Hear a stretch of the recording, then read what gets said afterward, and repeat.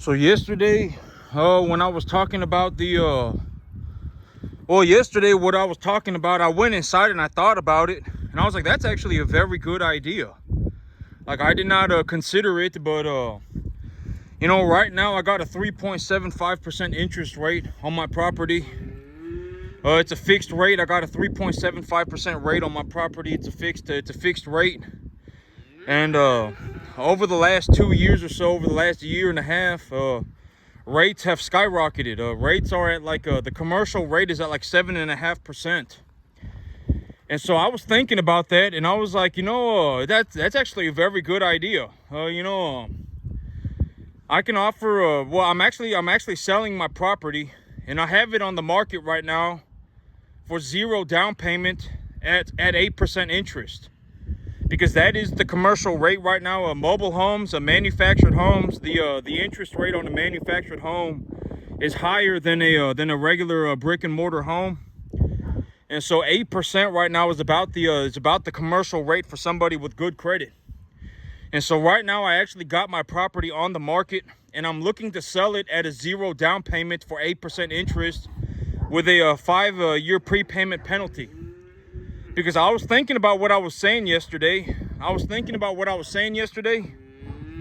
And I was like, that is a very good idea. That is a very good idea. And so I talked to my agent. And my agent said, if I need to get an attorney, and that if I sell or finance my property, if they don't pay, I kick them to the curb. Legally, I have a lawyer. My lawyer is going to write up papers, and if they don't pay, they're getting kicked to the curb, right? I've already said that the big problem with single family homes, the big problem with renting a single family home, is that if you take a good look at America, 93% of people are one foot away from being a bum, right? That's what I said. That's the big problem with being with being in the single family home market, is that about over 90% of the entire country is 1 foot away from being a bum. That's the big problem with being in the single family home business, is that if I rent a single family house, there is a 93% chance that person that you are renting to is 1 foot away from being a bum, right? I mean, that's the big problem. And so I thought about what I was saying, and I was like, that's actually a very good idea. And so I'm looking to sell my property on a 0 down payment for 8% interest, because I have a 3.75% interest fixed rate on my property. My fixed rate is at 3.75. And so if I just sell my property, and I'm going to be making, I ran the numbers, and with the equity in my property and everything going on, I'm going to be making like a 6 to 7% return on my money. And the money is borrowed money. I borrowed the money from the bank 2 years ago at 3.75% interest. I have about half of my property in equity. And if I just hand the loan off to somebody else and they give me 8%, I'm essentially making 6 to 7% on the money that I borrowed. The money that I borrowed, I'm handing that money off to somebody else, and I'm making like to put this into perspective, I'll be making like about an extra $30,000-$40,000 a year in just interest. Just interest, not even principal. In just interest, I'll be making if I just hand the loan off to somebody else, I'll be making $30,000-$40,000 a year of profit on just handing the loan off to somebody else. And so I was thinking about what I was saying yesterday, and I was like, that is actually a very good idea. That's actually a very good idea. Over the last 2 years, rates have skyrocketed, and I have a fixed rate. And but here's the thing, and then I have legal paperwork, right? I need to go to an attorney and get a lawyer, and essentially it's like, if you miss one payment by 1 day, I will repossess everything. Legitimately, I don't care if you are dying in a hospital. You could have gone into a coma. Even if you are in a coma, you should be paying your monthly bill, right? I mean, if not, I will repossess everything the next day. And if you don't think I will, I mean, you don't know me. I genuinely will. I don't play that that porness. I always say, keep your porness away from me. If you cannot pay, then you are out. I mean, take your porness to the corner of the street where you belong and be a bum, right? And so I was thinking about that, and I was talking to my agent, and my agent was like, yeah, you're gonna need a lawyer, you're gonna need to get an attorney, and they're gonna fill out paperwork. And if they don't pay, if you do decide to go to the seller financing route, if the person who has seller financed your property from you does not pay, you can essentially kick them out the next day. They are gone, adios. Have fun on the street where you belong, right? And so, I was like, that's actually a very, this is, I actually can make like an extra $40,000, 30,000, not 40, it's about an extra $30,000 a year. And all I would have to do is hand my loan off to somebody else at the commercial rate. I don't want a down payment, because it's like, let's say, I do I've already said, if you go and try and borrow money from the government on the FHA, you're going to have to put about 3.5% down, and then you're going to have to pay private mortgage insurance until you're at 20% equity, right? And so I was like, I don't want the 3.5%. I mean, because it's like, you write me a check for 20 grand tomorrow. That is such a worthless amount of money, right? I mean, $20,000 is such a pathetic amount of money. What am I going to do with 20 grand? I don't want a 3.5% down payment. I don't even want a 20% down payment. If you wrote me a check for 100 grand tomorrow, what am I going to do with that 100 grand? I don't care about the 100 grand, right? 100 grand is such a pathetic amount of money, right? I mean, it is such a, I can go to the bank right now and take a loan for 100 grand, and it wouldn't even cost me like $500 a month, right? 100 grand is such a worthless amount of money, right? I mean, I can legitimately go to the bank right now and take a loan for 100 grand to buy cattle, and it wouldn't even cost me like $700 a month, right? I don't want the 100 grand. What am I going to do with the 100 grand? It's such a pathetic amount of money, right? I mean, I don't want a down payment. I want to collect interest. I want to collect interest on this loan because I have a fixed rate. I have a fixed rate. I have a 3.75% fixed rate. If somebody wants to buy my property at the commercial rate right now, I would gladly let them have it if they were not poor. Number one, if they were not poor, and number two, if they paid just the commercial rate. Because that's the thing. And here, this is what I mean. Okay, I talk about, you don't want to be poor, and if you're poor, the worst thing you can do is turn other people poor, right? And chances are, if you are poor, you also exist in a microcosm of a universe that encourages you to be poor, and the reason you were poor yesterday is going to be the same reason you're poor today, and it's going to be the same reason you're poor tomorrow. It's going to be the same reason you're poor forever. Being poor is like being on drugs. If you find somebody who's on drugs and you kind of know what to look for, you can tell if they're on drugs, right? I mean, they got like they're parts of their they got like patches of missing skin. It looks like they have exposed flesh. I mean, they look like a zombie. I mean, they're nodding off. I mean, they you know what to look for. And it's the same thing with, I can almost guarantee it, with 93% accuracy, you find a poor person and they're almost all the same way. I fell out of heaven at 7. My life is a mystical, magical journey. A flea in a jar. Almost all the time, the same exact thing, all the time. I can almost, with 93% accuracy. All poor people more or less act the same way. I'm about to throw a Hail Mary, and if this ABC plan works out for me in some mystical, magical fashion, then I'm gonna go walking off into the sunset singing Kumbaya. I fell out of heaven at 7, right? I mean, legitimately, right? That is what they think about. But listen to what I'm talking about, right? I'm going to get a lawyer, write up a contract, sell my property at a 0% down payment for the commercial rate. Why? Because I have a fixed rate on my property at 3.75%, and over the last 2 years, the commercial rate has more than doubled. So if I just collect the interest on that, I will genuinely be in a situation where I'm making $30,000 a year of extra money. And if the people do not pay, they will get kicked to the curb the next day, right? I mean, I'm going to get, if you want to sell or finance something, you're going to have to get an attorney. You're going to need a lawyer. Write up papers, write up the papers, right? Print out the documents. You're going to have to sign them. If you don't pay, the next day you are getting kicked to the curb because you are a bum, and that is where you belong. And, and have fun on the street corner where you belong. Right? And so, I mean, listen to the things that I say, right? Am I talking about anything about I fell out of heaven at 7, my life is a mystical, magical journey? Right? No, right? I mean, objectively straightforward thinking. The commercial rate right now has more than doubled than what it was 2 years ago. The commercial rate is at about 7.5%, 8%. I have a fixed rate mortgage on my property for 3.75%. If I go and get myself a lawyer, write up legal documents, put my property up for sale on a 0% down payment for 8% interest, which is about the commercial rate, give or take maybe with 93% accuracy for most people, because it's like depending on your credit score. If you have over an 800 credit score, your interest rate might be like 7.7 or 7.3 or something. But for most people, granted that you do not also have horrible credit, if you have horrible credit, your interest rate, you probably can't even get a mortgage, right? I mean, you probably can't even get a loan. And so 8% is about the average rate right now, right? And so listen to what I'm saying.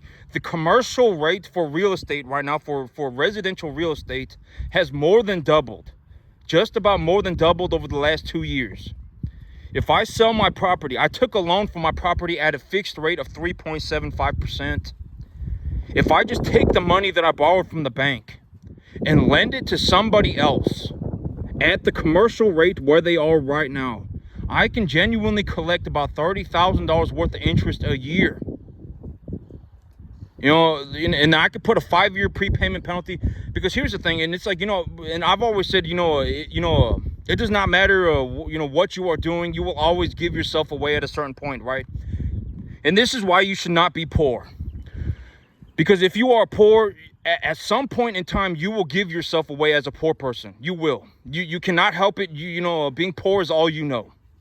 And if you find a good deal like mine, right, and you come up and you talk to me and you say, hey, I know you're selling your property at a 0 down payment, at an 8% interest rate on a 5-year prepayment penalty for $50,000, and I want to, and then you spoke to me and you came off as a rich person. It does not matter, my wife makes my wife makes $4,000 a month. I make $5,000 a month. We drive just an average car. You're not talking about some Hail Mary, right? Oh my God, I'm about to throw a Hail Mary. Your property is a Hail Mary for me. And if I throw that Hail Mary, then it's going to work out for me in a spectacular fashion. Oh my God, please help me. 1 foot away from being a bum, tarred. I mean, if you come off like that, you will all, nothing will ever work out for you. I don't know how else to tell you that, but nothing will work out for you ever. You always, but here's the thing. It's like, once you've become poor, the reason you're poor is because poor is all you know, right? I mean, you are, essentially you are going to be poor. It would be a miracle. It would be a miracle once you've become poor, if you've actually managed to break out of that, because then you've essentially become a flea in a jar, right? I mean, with 93% accuracy, I can tell you if somebody's poor. And if I took a bet against the entire country, the entire country, everybody in America, on a 10-to-1 odd that everybody is poor, I would make money on that bet. One of the 3 categories of poor, right? I would make money on that bet. Legitimately, if I just took that bet with everybody in the entire country, everybody, every single person, right? On a 10-to-1 odds, I would make money on that bet. And so, what I'm looking for right now, like, okay, but if because imagine, like listen to what I'm talking about, right? I mean, it does not matter, however, which way I do it. It does not matter. The answer is amorphous. It does not matter how I do it, And so, if any one of my deals work out, it will be something that progresses me forward. And actually, my agent called me yesterday and said that the people that you are looking to buy the property from, are working on a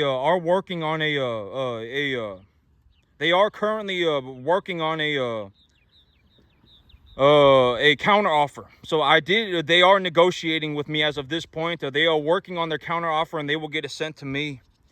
And so I am now officially in negotiation with the other party. And so that's good. Finally, we moved forward. I mean, it was like a life and death battle over nothing, right? I mean, it's like, why did we have this life and death battle if we could have just done this from the very beginning? I mean, I don't know, but it's whatever. I mean, as of this point, the contract is moving forward.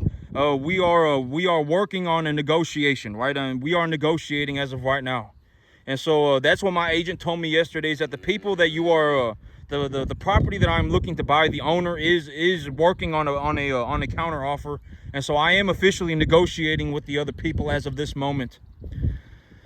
And you know, so that's good news. And but it does not matter whichever one of my deals work out. It's perfectly fine for me. If nobody wants my property, if I don't sell my property, I'll just hold on to it. And you know, I got a fixed rate on it, and here in about 2 years, I'll have you know, my property taxes are gone, and so you know, I pay about $1,200 a month for this property. And I pay about $1,200 a month for this property, and you know, if I just leave 20 cattle here and then just you know, just let them eat grass, and you know, come by and just check up on them every once in a while, I can use the money from the cattle to pay for the loan, and then I can just hold on to this property forever. I can hold on to this property forever and just go somewhere else, and just you know, twice a year I'll just drop cattle off here and pick them back up, and then I'll go and sell them, and when I sell them, I'll make money, and then I'll use that money to float the debt service on this property forever, or until I get my loan paid. And then you know, if I ever need to access the money on this property, I can just open up a line of credit against the equity on the property, right? I've already said this 50,000 times. If you have something that is equitable, you take it to the bank, and the bank is going to appraise it, and when they appraise it, they will offer you a line of credit against the equity of the said asset. You know, it does not matter what you have. You could have a room full of gold. If you have a vault full of gold, if you take a banker that knows gold, you know, if you find a banker that can appraise gold for you, if you have a room full of gold, the banker that can appraise gold will show up, and they'll say your gold is valued at this much money, and we'll give you a loan against it. We'll give you a line of credit against it at this interest rate. It does not matter what asset you have, as long as it is equitable. As long as it is equitable, you can take a loan against it and open up a line of credit against the equity of the said asset. And it's not just property, and it's not just physical things. I've also said that business is also an equitable asset. Your business, you know, depending on, you know, if you have assets in your business too, like my tractor is an asset for my business, you know, that's going to increase the equity value of my business. You know, the amount of cash flow that I produce on my business, the equitable value of my business is essentially a multiple of the cash flow that I produce. And so if I produce, I'm not sure, you know, I've always said, if you want to know the exact details, if you want to know exactly what your said asset is worth, the way you do it is you go and you ask the banker, and the banker will tell you, right? And so, you know, I can just take them the paperwork and show them, hey, you know, my 10-acre farm makes about $200,000 a year, and out of that 200,000, about 90,000 of it is I make about 190,000 a year, and out of that 190,000, I've always said lowball yourself, and so I'm saying right now I'm gonna make at full capacity my farm would make about $60,000 a year, but that is, I am lowballing myself. If I completely lowball myself, then I will make $60,000 a year of net profit. That's how much money I will walk away from, or that's how much money I will walk away with at the end of the day. If things go horribly for me, I will make $60,000 a year running cattle on my 10-acre field. And then I also got a job, and that job makes about $4,000 a month. Realistically, I bring home about $12,000 to $14,000 a month of net profit. That's about how much cash I bring home every month. And you know, my assets are still appreciating every month. I do not liquidate all of my assets every single month, right? I don't liquidate my assets every single month. The only time I ever liquidate my assets is, number one, you know, I need the money, I need the cash, I need to trade them out for cash. Or number two, you know, I do not have the capacity to appreciate the value of the asset any more profitably. Those are the only two circumstances that I will ever liquidate my assets, right? And so I still have assets left over at the end of every month that are going up in value. I essentially make money 24 hours a day, 365 days a year, right? I mean, it's always the same thing. And if the answer changes, I will let you know, right? I will make a video and I will say, you know, plans have changed.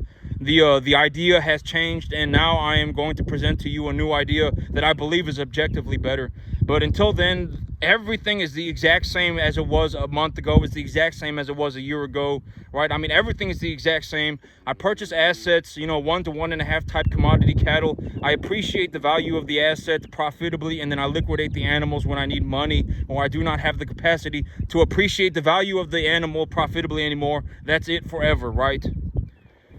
And so, you know, but businesses are also equitable, but it does not matter to me. Whichever one of my deals works out, you know, if I find something, like if you showed up on my property today and you said, hey, you know, I've seen your property and I want to buy it.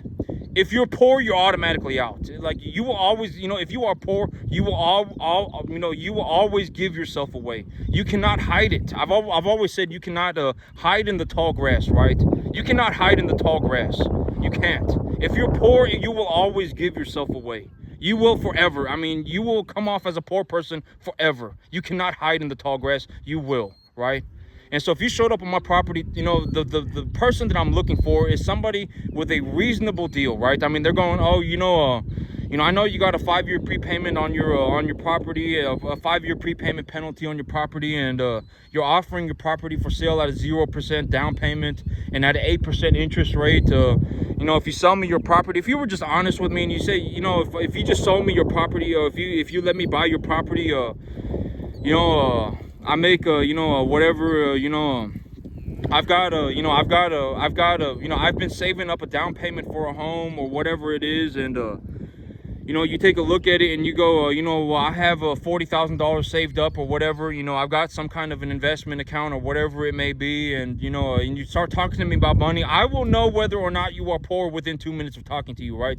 And then you go, oh, well, you know, in 5 years, my plan is to honestly, you know, if I can go, you know, if I can go and get a better loan at a conventional bank, if I can go to a commercial bank and get a better loan, then I'll just switch my loan over and drop the interest rate at the end of 5 years. Or even, you know, if I can do it as early as the end of first year, I'll just give you the $50,000 prepayment penalty.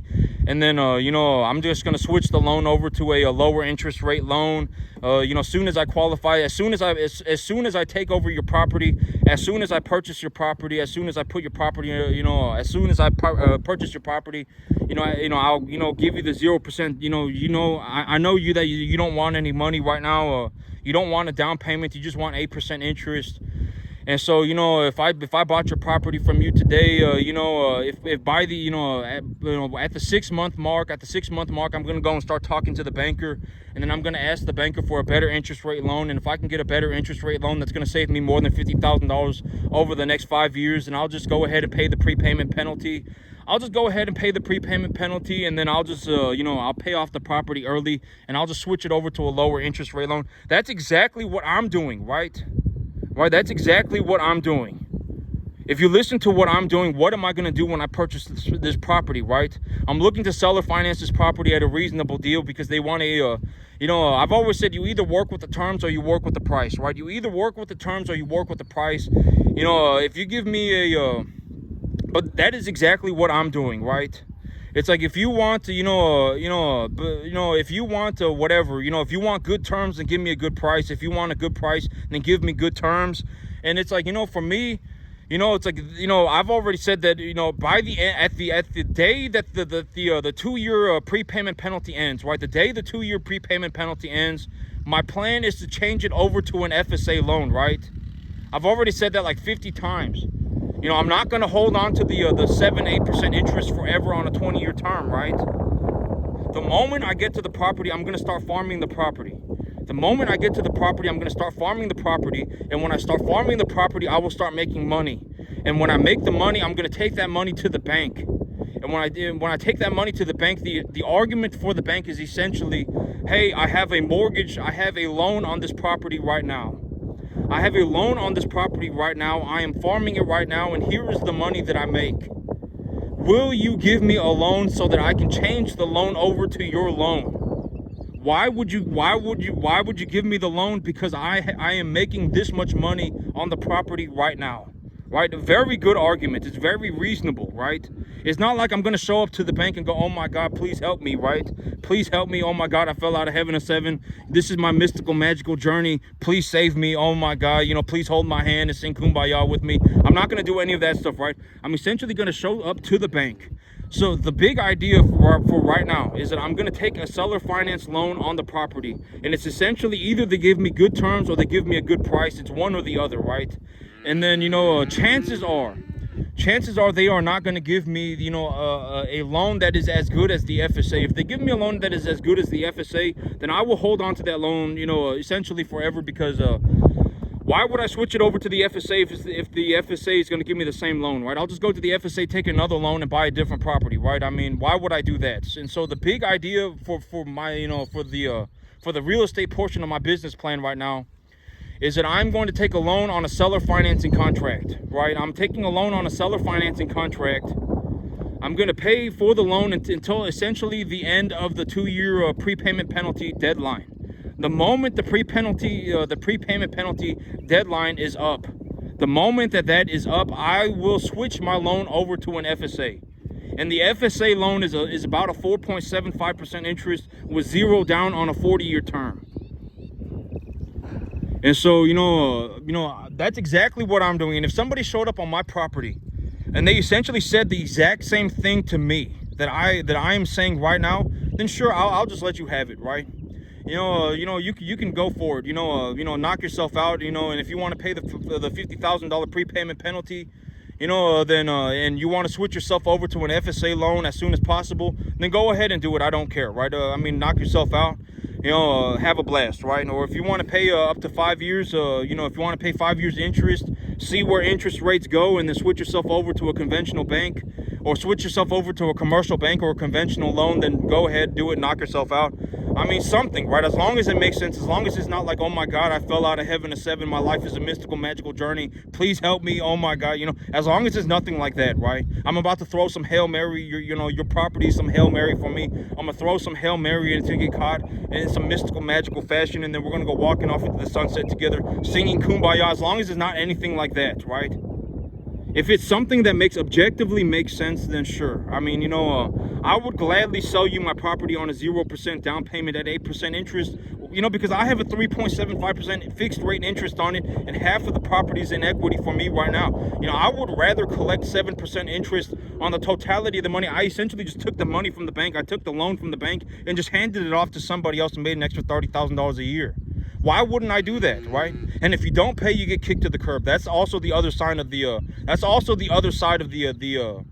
the deal, right? It's like, lawyers are going to be involved from the very beginning. Attorneys are going to be involved from the very beginning.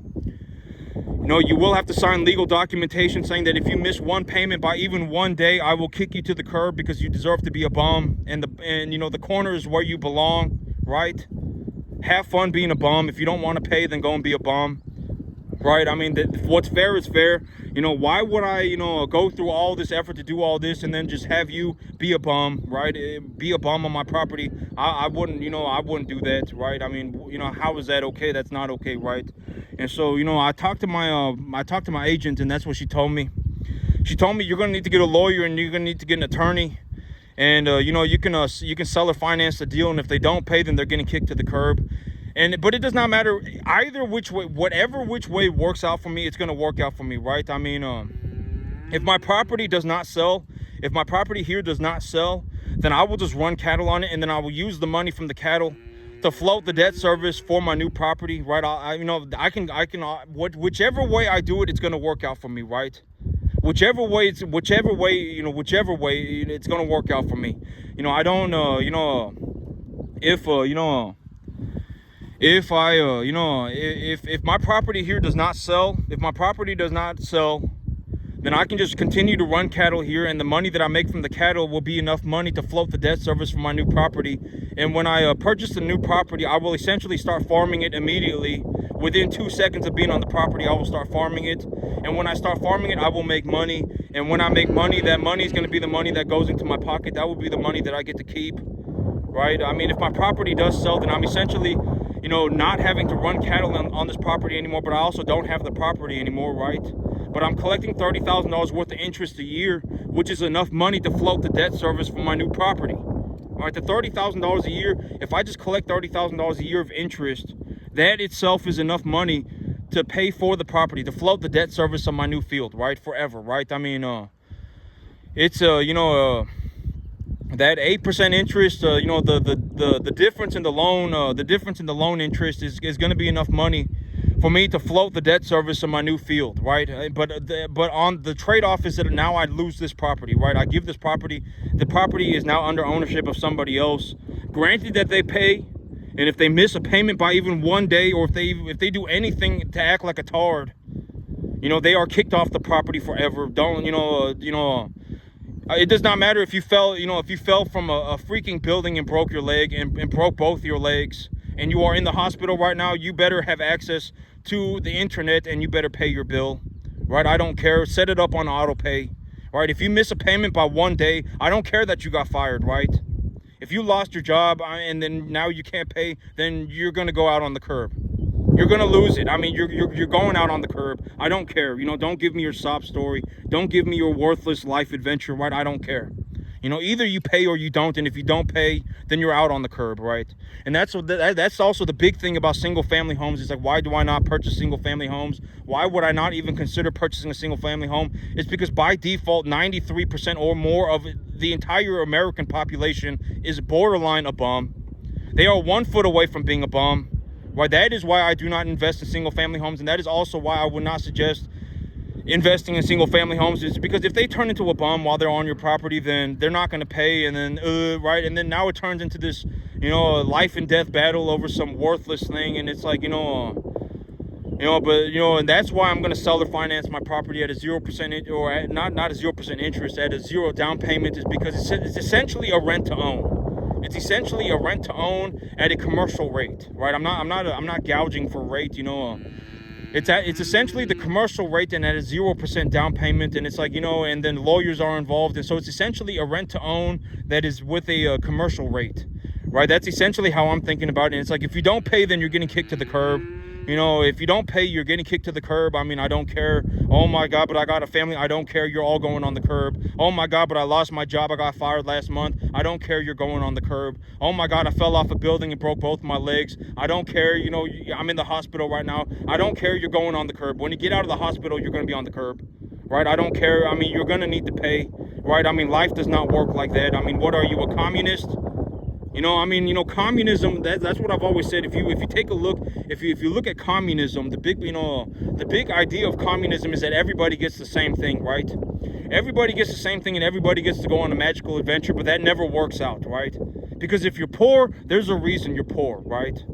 Like, it's not like you just ended up being poor because, you made a whole bunch of good decisions and then was poor. It's like you made a whole bunch of you acted like a tard for a very long time, and now you're poor, right? I mean, that is why you're poor, right? And so, that's the big problem with communism. And, everybody gets the same thing. Everybody sold this worthless dream. Oh my God, everybody gets to go on a mystical, magical. If we just all shared, if everybody just shared, everybody would be on some mystical, magical adventure. But that's not how the world works. A lot of people, a lot of people are essentially a tard, right? I mean, it's like this. It's this horrible collection of problems, a massive mound of problems, and then they are poor because of that reason. And it's like, if you gave them money, they would be worse off. If we legitimately, okay, because here, and I've already said this, like, let's say all the rich people had to give away their money. All the rich people had to give away their money. Well, what would happen to society, right? What would happen to society? All the businesses would fall apart. We would not have any more hospitals. We would not have anyone, building homes. Right? Everybody would essentially be living in a straw hut. Right? I mean, everybody would essentially be living outside. Right? I mean, businesses will no longer exist. If legitimately, if we had to take all the money from everybody and distribute it evenly, everything would fall apart. Everything would fall apart. There wouldn't be hospitals. There wouldn't be, there wouldn't be grocery stores. There wouldn't be schools. There wouldn't be anything. Right? And I've always said, if you are poor in a capitalistic country, if the world turned communism, you would be even more poor. It's not a good idea. Right? Sharing everything is if you genuinely believe that we should just evenly distribute everything, congratulations, you are a tard. And I hope that you become self-aware of what you are doing, and then you do better tomorrow. But that does not work, right? And I was talking about yesterday, it's like I could legitimately, you could legitimately, every person who says they want to be a farmer, every single person who says that they want to be a farmer, even if I dropped you off in Central Texas tomorrow, the easiest cattle market possibly known to man, even if you just came to Central Texas tomorrow, possibly one of the easiest cattle markets ever known to man, you would still fail. I would be willing to bet 10 to 1 odds.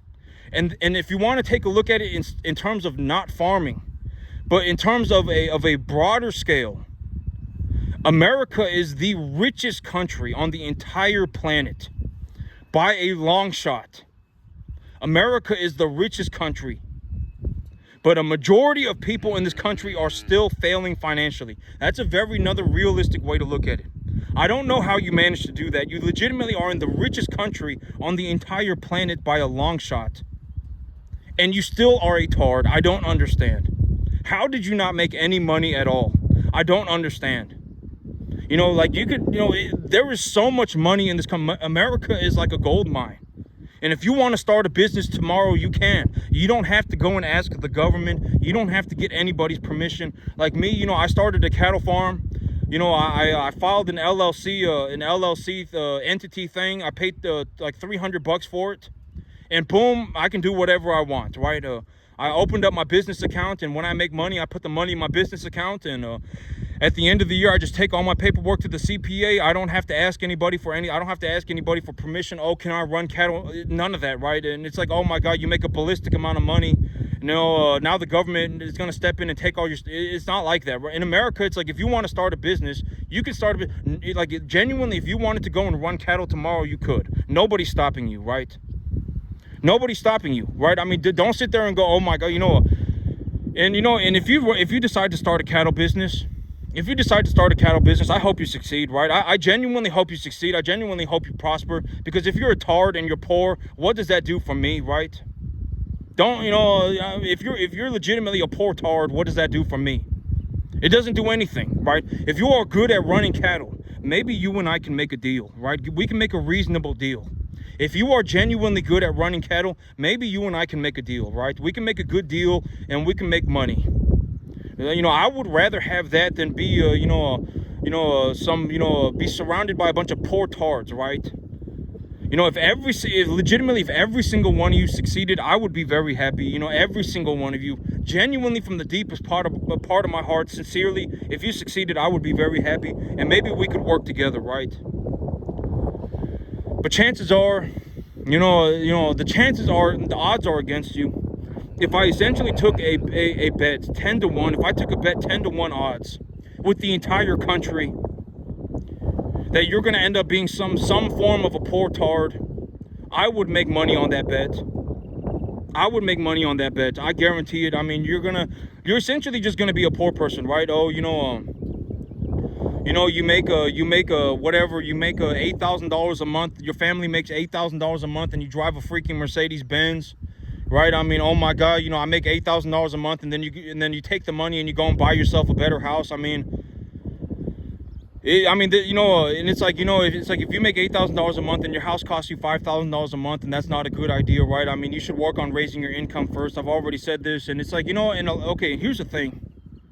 A lot of you don't understand that like 95% of all of the things on the earth can be purchased if you make like $60,000 a year. 95%. You may not be able to buy the best 5% of homes on the entire planet. You may not be able to buy the best 10% of homes on the entire planet, but you can buy the other 90%. If you make $60,000 a year, let's say you have a husband and wife, and they are just a middle class average family. They got the husband brings home $5,000 a month, the wife brings home $4,000 a month, and the child brings home $1,000 a month. They're essentially making $100,000 a year. You can buy 90% of anything, like anything. You may not be able to buy the best 10%. You may not be able to buy the best 10% of anything, but you can buy 90% of anything else. You can buy a middle class home. If you want to buy yourself like an F-150, you can go and buy yourself an F-150. If you want to go and, put food on the table, you can go put food on the table. I mean, you may not be able to buy the F-350. You may not be able to buy the F-250. You may not be able to buy the $1 million, the $1 million home. But, you can go and buy yourself a $500,000 home. You can go and buy yourself a $600,000 home. You can go and buy yourself a decent car. You can go and get yourself a retirement account. You can go and, buy yourself whole life insurance. Whatever it is that you want to do, 90% of almost anything can be purchased at about $60,000 a year. almost everything, you know. And so it's like realistically, and you know, I've been talking about this, you know, but if you just found a way, most people, you don't need to throw some Hail Mary. You don't need to throw some Hail Mary, you know. Legitimately, if you throw a Hail Mary, and you know, the chances of it getting caught are like less than 2%. And you know, and if you throw a Hail Mary and it doesn't get caught, then now your family's in distress, right? I mean, you know, your family's in distress. You legitimately threw your family life down the toilet, and you know, and it's like this horrible thing, right? And so it's like, you know, realistically, like if you woke up tomorrow, almost everybody, like 90, okay, and I've already said 93% of the entire country makes somewhere between $40,000 and $90,000 a year, right? And if you make less than $40,000 a year, you're below average. And if you make over $90,000 a year, you are above average financially. And so, you know, if you are, you know, almost everybody, if you are going to be in that range, if there are 1,000 of you watching my video, 900 of you are going to be in that range between $40,000 and $90,000 a year. That's how much money you make. If you found a way to make an extra $10 an hour, that's about $20,000 a year. It would drastically change your life. Drastically. Whatever it is that you thought you could not buy, you can now buy it. Drastically. I mean, if you just make an extra $20,000 a year, it is very, very, very, you know, you can buy essentially whatever you want. You know, you can buy 90% of anything in the entire country. You can. You know, a lot of you don't know, but, you know, you can go and buy yourself like a brand new F-150 right now for like $700 a month. You know, if that's what you really want, I mean, you know, $700 a month is going to get it for you. But I would not suggest that you go and buy it. You know, like I've already said, you know, don't self-sabotage yourself, right? I mean, if you do find a way to make an extra $1,000 a month, $1,700 a month, you know, the average person works 40 hours a week, you know, and if you work 40 hours a week and you work 30 days or you work, you know, a 30-day month, then you work about 173 hours a month. And if you find a way to make an extra $10 an hour, that's an extra $1,700 a month. And, you know, if you take that $1,700 a month and you invest 750 of it, or excuse me, you invest about 1,000 of it, then you can essentially start yourself a retirement account and purchase yourself a whole life insurance policy. You know, I was talking about that a day or two ago, and you know, and then the rest of the money you can you know, give it to your wife, right? You know, and then she won't give you you know, and then at that point she'll just essentially be happy, you know, and then you don't have anything to worry about, right? And then, you know, that's what more could you ask for, right? I mean, you know, your family's not in distress. You've got yourself a good financial plan. You know, you're doing well for yourself. Don't self-sabotage yourself, right? I mean, what else could you ask for? And so, you know, but right now, whatever deal works out for me, it does not matter. If I end up selling my property at a 0% down payment on an 8% interest, the interest that I collect on the property will be enough to float the debt service for my new property. And then I could just leverage the rest of my money at the bank for, you know, to buy myself a new home. And, you know, it does not matter whichever way it works out, it's going to work out for me, right? Whichever way it happens, it's going to work out. And maybe the people that are selling the property will give me a good deal, and I'll just take the deal as it is. And then, you know, I can continue to run cattle here. And if I continue to run cattle here, the money that I produce, the money that I produce on this field will be enough money to float the debt service for my new field. And I can pay for my new field on this field by just running cattle on this field, right? And then, you know, here in about 6 months, I'll probably have about $30,000 put away in my bank account. And when I have $30,000 put away in my bank account, my new field is going to cost about $2,500 a month. And if I have $30,000 cash in my bank account, then I essentially have enough money to float the debt service for a year on my new property. You know, and then if I float the debt service for my new property for a year with the money that I have in my bank account, then I can just take the money that I am producing here and leverage it for more cattle. You know, I can go and I can continue to purchase more cattle, and I can run cattle on the new property. And when I make money on the new property, when I get to that new property, I will start farming it within 2 seconds. And when I get to that new property and start making money, the money that I make on that field is the money that I get to keep. Whichever way I want to do it, whichever one of my deals works out, it's going to work out for me. Either way, you know, I've always said, whichever way I'm going to do it, it's going to work out for me. It does not matter. You know, it's going to work out for me no matter what. You know, I've always said, you know, if you're sitting there going, what if it doesn't work? To keep that poorness to yourself, right? I mean, what if what doesn't work? right? I mean, what if what doesn't work, right? Keep that poorness to yourself, right? I mean, the worst thing you can do as a poor person is turn other people poor, and to encourage other people to be poor. Like, if you're poor, go and be poor by yourself, right? Why encourage other people to be poor? Listen to what I'm saying. What if what doesn't work, right? If I sign a contract with somebody and I sell my property at a 0 down payment for 8% interest, what if they don't pay? Then I take everything back. There's legal paperwork involved, right?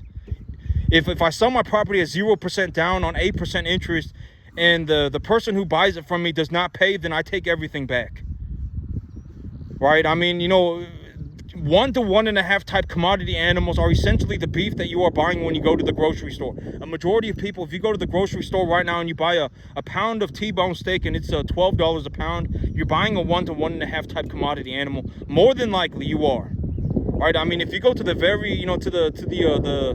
the special meat area and you purchase like a 100% Angus animal, 100% Angus beef, and you're paying $17 a pound for it, that's going to be something else, right? That's going to be, if you purchase a Wagyu steak, it's going to be something else, right? But if you go to the grocery store and you just buy beef, if you just buy regular old beef, you're purchasing a 1 to 1.5 type commodity animal. And if you want to know what the 1 to 1.5 type commodity animals are selling for on a larger basis, go on the commodities market and look up feeder cattle price. I've already said this 50,000 times, right? When you're trying to figure out how much you're going to pay per animal, and you're trying to estimate you're looking to estimate how much are you going to make per animal, you estimate it by looking at the feeder cattle price on the commodities market, right? I've already said this 20,000 times, right? What if what doesn't work? If people stop eating beef tomorrow, if you genuinely believe that people are going to stop eating beef tomorrow, you are a tard. Throw yourself off a bridge. You would be doing the world a favor, right? I mean, what if what doesn't work, right? I mean, keep that poorness to yourself, right? If you want to know what commodity animals are selling for, go on the commodities market, go on the internet, go on the commodities market and look up feeder cattle price. If you want to know what you should be paying per animal, go on the feeder cattle market, look up the price and figure it out for yourself, right? Figure it out, come up with a formula for yourself. I've already given you my formula. And if you cannot remember the formula, then write it down. I go on the feeder cattle market, I take the feeder cattle price, deduct 10%, and then cut that number in half. That is when I go to the feeder cattle market, that is the number that I go in with. And then I look for animals that are 1 to 1.5 type commodity animals, beef animals with long legs, essentially. Long legs and a thick body. And then I purchase those animals at that price. That is it. Forever. And if the formula changes, I will let you know. All right, just go on the feeder cattle market, look up the price, and then make your own formula depending on what weight of an animal you want to buy. If you want to buy 500-pound animals, then come up with your own formula. If you want to buy 800-pound animals, then come up with your own formula. Most of the animals that I buy are between 200 and 250 pounds. That is what the formula is set for my particular area. Right? For me here in Central Texas, that is the formula that I use. That is the weight of animal that I'm looking for. That is the type of animal that I'm looking for. Why am I looking for that type of animal? Because it is essentially just commercial beef. And the price of commercial beef is essentially set by the stock market, by the commodities market. You can go on the internet and look it up, and you will know what is the price of commodity beef right now. You can go on the internet right now and look it up. It's a stock market thing. It goes up and down every single day. You can just go on the internet and check it. Feeder cattle price, commodities market, feeder cattle price. That is all you have to do, and boom, it'll give you a number. Like if you are poor, keep that poorness to yourself, right? I've always said the last thing you want to do as a poor person is turn other people poor or encourage other people to be poor. That's the last thing you want to do. There is no benefit to being poor, right? There is no benefit to being poor. If you could be rich and you could be poor, you would choose to be rich. I can almost guarantee it. Every single person, right? You are a tard, and keep it to yourself, right? You're poor for a reason. Right? All you know is being poor. I've always said bake the money into the cake. You want to, when you go and you want to learn how to bake a cake, make sure you bake the money into it too, right? Figure out how much money is involved. Is this person making money? Is this person making a drastic amount of money? Is this person losing money? Is this person losing a drastic amount of money? Is the person just a tard, right? I mean, bake it into the cake. When you look at somebody and they're making a ballistic amount of money, there's a reason they are making a ballistic amount of money. And listen to the things that I talk about, right? I'm looking to sell my property for a 0 down payment on an 8% interest because the spread of the interest, I have a 3.75% fixed rate on my property right now, and the spread of the interest rate, and I have about half of my property in equity. And so if I take the spread on the interest rate and include the equity in my property, then I would be essentially making about 6 to 7% return on the money that I borrowed. I borrowed the money from the bank 2 years ago. I handed the money off to somebody else and made a 7% return on it.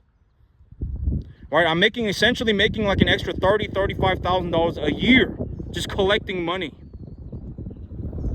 Right? All I have to do is hand the loan off to somebody else. If that does not work out, then I will continue my business plan here. I will float the debt service for my new field by running cattle here. And when I float the debt service on my new field, and within 6 months, I'll have about $30,000 in my bank account. I can float the debt service with just the money in my bank account for a year. Either way, and then I can leverage the money that I'm making here to purchase new cattle.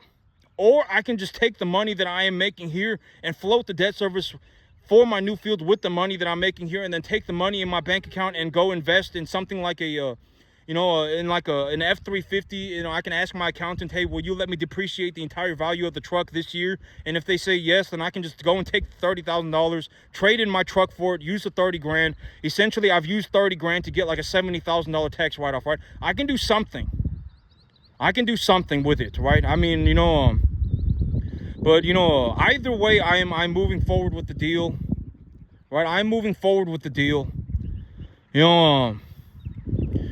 My agent did get in contact with me yesterday and said that the owner of the property is writing up a counter offer right now.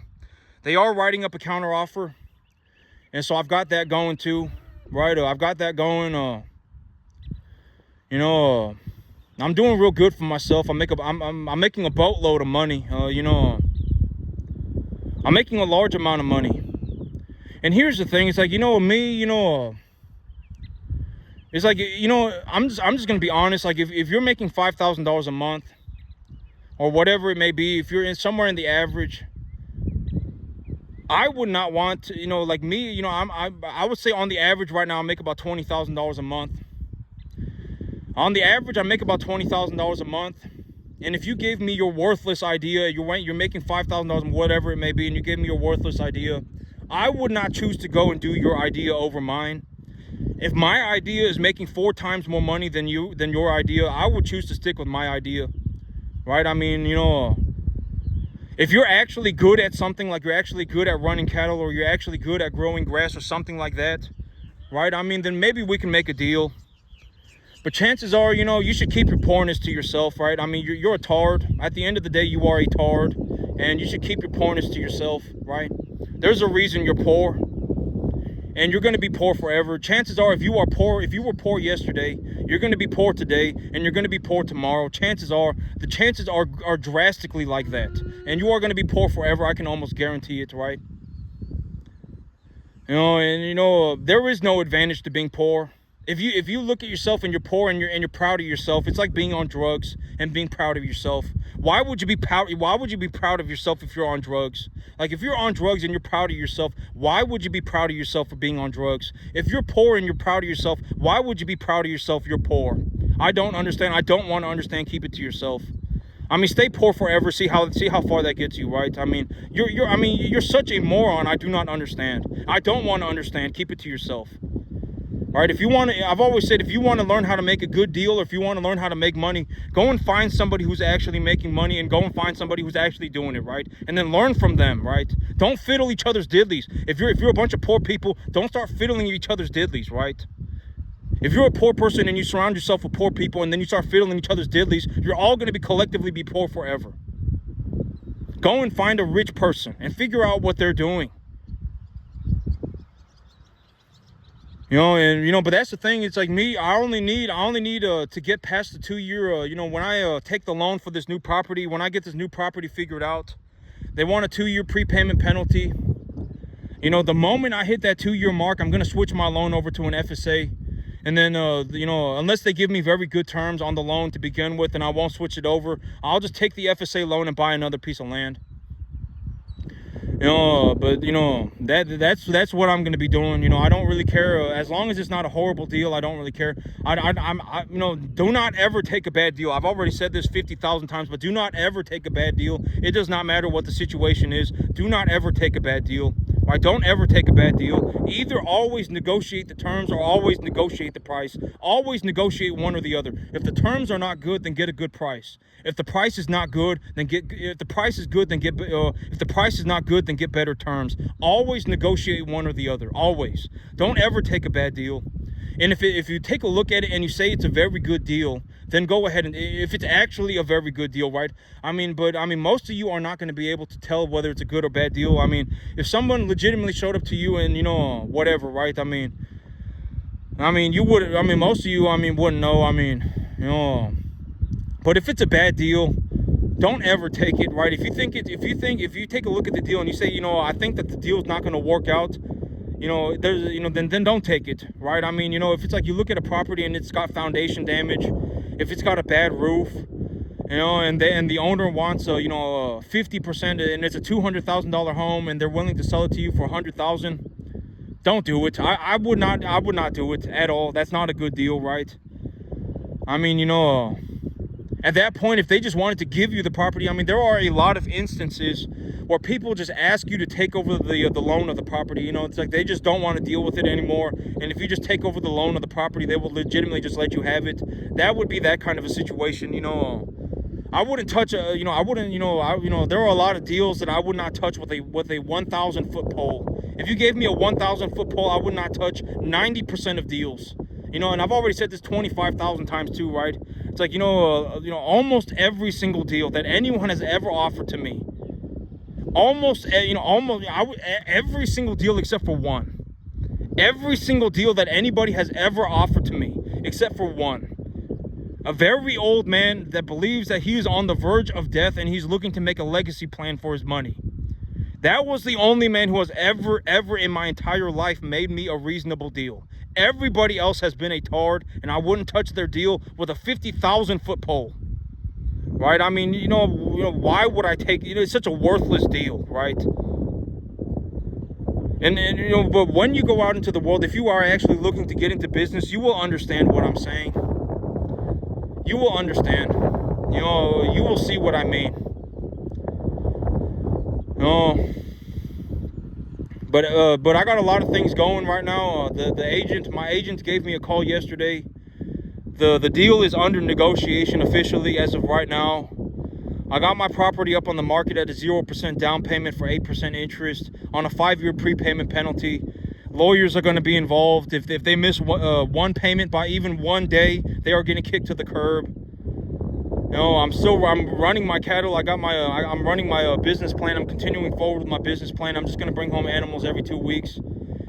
And then, I'm continuing my business plan as of right now. I'm just continuing my business plan. And whichever way it turns out to work out, whichever way it happens, it's going to work out for me.